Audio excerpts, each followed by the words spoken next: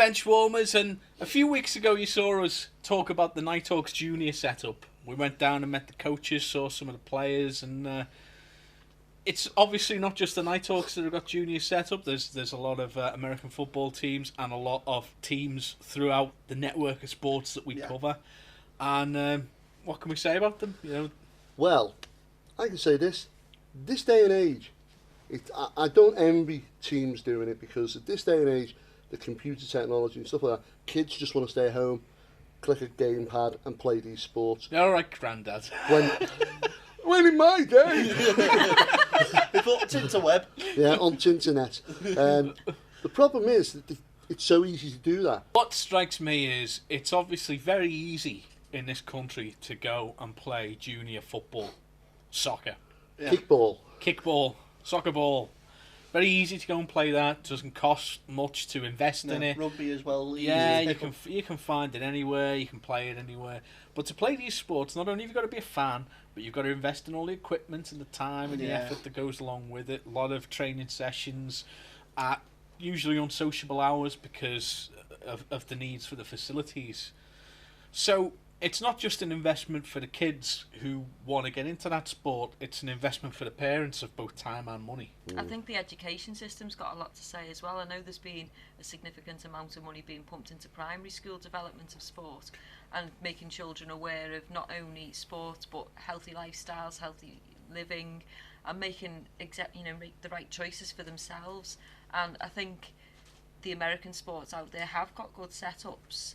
It's making that link between schools and the teams themselves to make children aware that these sports exist. Well, as you'll all be aware, because you were all in school obviously at some point, the only one that really made it the only one that made it over here into the education is basketball. Now, I know I was taught it in physical education, and they sort of brush over it because I don't know, there's a stigma because it is an American sport. A lot of the teachers just like, it's not netball, you've got to run and put it through the hoop this time instead of just standing still. And with it being the cheapest, I'd say, of the major American sports to play, there's actually very, very few kids teams around. Whereas I'd probably say there are more hockey teams, junior American football teams and youth, and roller derby. Well, you kind of hit the nail on the head really there. The more minority the sport is, the more the kids want to play it, I think. I don't know Something why. different that their friends aren't playing. I mean, it's so easy, like you say, to go and play soccer or kicky ball or football or whatever you want to call it. And coming from Merseyside, there's an abundance of it here. But rugby is very prominent in the north as well. Rugby league. So kids are that's brought through the school. Cricket, hockey. That's brought through the school curriculum. But in the south, they're changing that now. And with the help of the likes of the NFL and that, they're injecting cash into promoting the development of small inter-school leagues. So is NFL involved in this at the moment then? I believe they are, yes. So there is a move to try and develop the sport within the school system. I think it's a drop in a large pool to see what the ripple effect is like. But what do we see of that locally? Very little. Although saying that though, and you pointed it out before, is that there is tons of funding, government funding. They will throw money at you if you're talking about kids. Each primary school can be getting up to £10,000 for its sports development at the moment. And obviously, if you have a small club and you're trying to start junior or youth football, American football, or ice hockey, something like that, if you get the funding, you can go to somewhere like a sports match or something like that, where whatever you get in funding wise, they'll double that, they'll match you, and quite easily you go from 10 grand to 20 grand. If you got a sports club with 20 grand, the amount of equipment you can buy. I mean, okay, American football, ice hockey, and baseball may be a little bit different because there's a lot of equipment involved and it's quite expensive. But there's a means to subsidise that equipment. There is, and obviously clubs have to find some way of having that equipment, because you can't expect the kid on the street to just walk in and have the money to buy that kit. Well, let me ask you this then. In your experience promoting American football, how easy do you find it attracting sponsorship money for junior development? murderous, because people putting sponsorship into sports anyway kind of see it from the big end. They don't see it from the grassroots point of view. But when it comes to juniors and that, there are some people, some companies that will go, yeah, there's a bit of money towards that. And it's so easy these days for a company to go, I'd like to sponsor a sport. If you're a soccer team, how much is it? £200. It buys all the kit and my name's on your kit. I'll do that. And that's the easy cop-out. Whereas American football, you could be talking thousands, a lot of money. So it's not as easy to attract a sponsor. In a city like this, like Liverpool, it's hard to build that community around a sport like that. But you look at somewhere like Deeside, for example, you are in a community that revolves pretty much around the leisure centre. It's the hub of all activity in the immediate area, centrally located. And so a lot of the kids are being brought up on playing ice hockey, learning to play ice hockey. And you find that speaking to, I know in the years that we've been working with the Deeside Dragons, we've spoken to their players. A lot of them came in at the junior level because their introduction to it is, well, I live by the leisure centre and it was something to do that was maybe a little bit different, but there was a community around it. Mark Lovell's a key name I would throw into that. Mark Lovell, Dom Jolly, Steve Fellows, the Clancys, all these guys, they all grew up around the rink. And they all congregated towards it. And, some of these guys have now got elite league experience because they've branched out from that. But it all starts from this one hub. But we were on that sort of thing about trying to get these kids involved. What is it that they have to go to try and encourage them, to attract them to these things, like American football, like ice hockey? Do they put taster camps on or something like that? Well, recently, Deeside Dragons had an Endeavour Camp at their building. It was a chance for kids to go down, try out with some big name coaches. Some guys from the NHL came down for it, and fortunately enough to get some footage from that from those training sessions. So let's take a look and see how the day went. I'm Angela and I'm the manager for Deeside Dragons Under 9s. We open Endeavour Group to all of our players, so that includes our novice night right up to the conference and Team GB level. There's lots of Team GB children that are here on Endeavour, but there are also lots of new learners as well. My name is Mike Pilon and I'm the president of Endeavour Sports Group. My name is Mike Kadar. I'm from Elnor, Alberta, Canada. I'm the strength and conditioning coach for the Pittsburgh Penguins. I've been the coach for the last 8 years. Prior to that, I was the LA Kings coach for 4 years. We've been doing it now for about 8 years, and I think this is our 4th year in Deeside. I enjoy it tremendously, and I think I enjoy the people and the kids even more. My name is Michael Clancy. I'm 14. I play for Deeside Dragons. I've been playing for 4 years, and I've done 3 Endeavour camps now. Being part of the hockey team, really good. I have done it for 4 years. I'm Mike Clancy, head coach of the Deeside Junior Dragons. I've been a coach for over 10 years now and head coach of the Junior Dragons for the last 12 months. Love coming to Deeside. This is my 2nd time here. Last year I had such an incredible time, incredible experience that I had to come back. It's very cool just to see all the kids, all the excitement and the love for the game. It's pretty cool.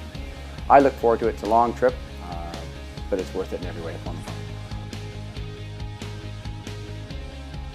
You should bring your child to Deeside Junior Dragons Hockey Club because it's a fantastic sport, really gets them working hard. I think it's quite unique. You don't find it in very many places. It benefits the children by teaching them discipline.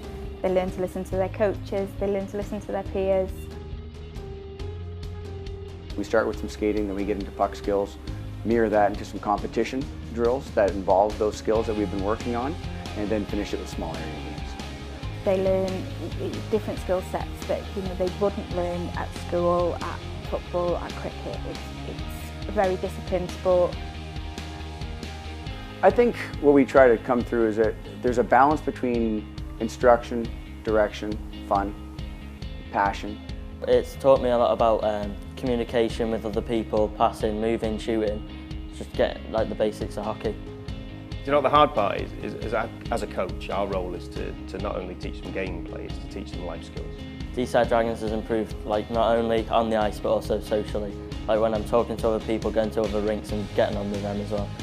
I learned put the puck side to side then shoot. I've learned stop, don't hit people with your sticks. I think we want to instill a love of the game. That's more than anything else, is just instill a passion to play the sport so that these kids may become your future coaches, referees, administrators within the game. Children get a lot of opportunities within the club, including the opportunity to perhaps go ahead and play at conference level or England national level. So we've got children that play for Team Great Britain and coaches that help coach in Great Britain as well. It is about spending time with them. You get a lot of reward from it. We don't get paid, we're all volunteers. But to see a child come from nothing, barely slipping and sliding, to full-on skating in team play, you can't beat it. It's very fortunate for us to come over and meet new people and get a whole new experience on hockey, because it's quite a bit different than what it is in Canada, so it's refreshing for us as well. The neat thing about players in this area is that they'll get collectively as much ice time on the ice and practice in 1 week as they will in over 3 months. So the improvement over the course of the week is pretty dramatic. It's really good playing ice hockey, especially in the Endeavour Camp. To join Deeside, come along on a Friday night at 6 o'clock. We have our novice night, which is where absolutely non-skaters can come. There's plenty of coaches. They're given all their kit, so you don't have to be a kitted child. You can come. We've got everything: sticks, skates, helmets. If you look on the Deeside Dragons Junior website, you'll see on there all the information you need to join, and you'll get a response within sort of 48 hours on anyone asking any questions.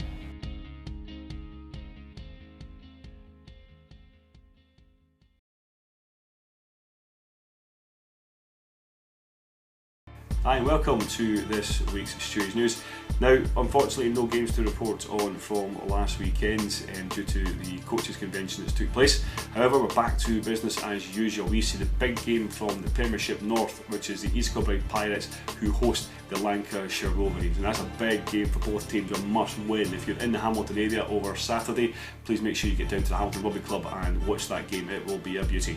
So we also look at the NFC 1. It's the Battle of the Hawks. It's Nighthawks hosting the Clyde Valley Blackhawks. Nighthawks back in action after a few weeks laid off. Now the Clyde Valley make the travel down to Merseyside, and hopefully they can try and get a win after their 40-0 defeat to Edinburgh a couple of weeks back. And NFC 2, we see Walney against Halton and Manchester against Carlisle. So good luck to all the teams who are taking part this weekend. Now we want to NFL news. The big news from the NFL this week was Des Bryant saying he will not take part in pre-season practice and he will not take part in regular season games if it did not reach a contract extension. It's happened. He got his $70 million over 5 years. Also, $70 million seems to be the in thing at the moment in the NFL. Demaryius Thomas re-signed a contract with the Denver Broncos, again 5 years for him as well, so well done then.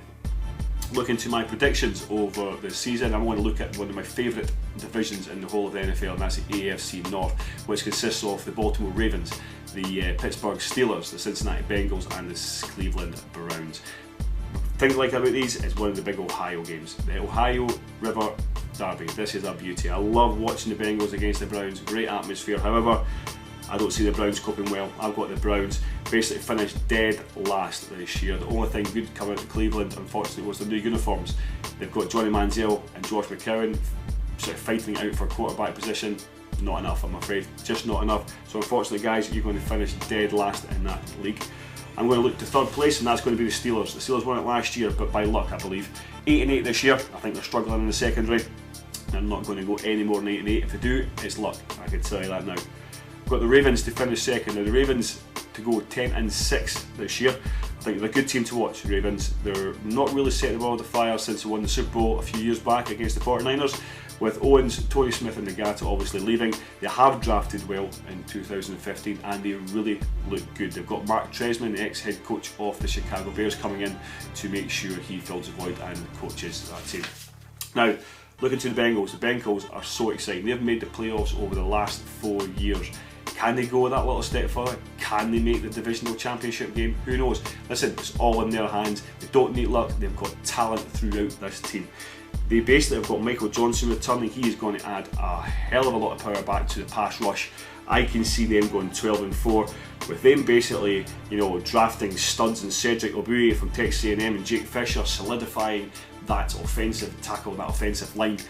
This is going to be one team to watch. I'm really excited about this division, so good luck to all the teams taking part. From next week, I'll be bringing you the results from obviously the games we highlighted here. So it's Lancashire against East Kilbride, Nighthawks, Clyde Valley, Walney against Halton, and Manchester against Carlisle.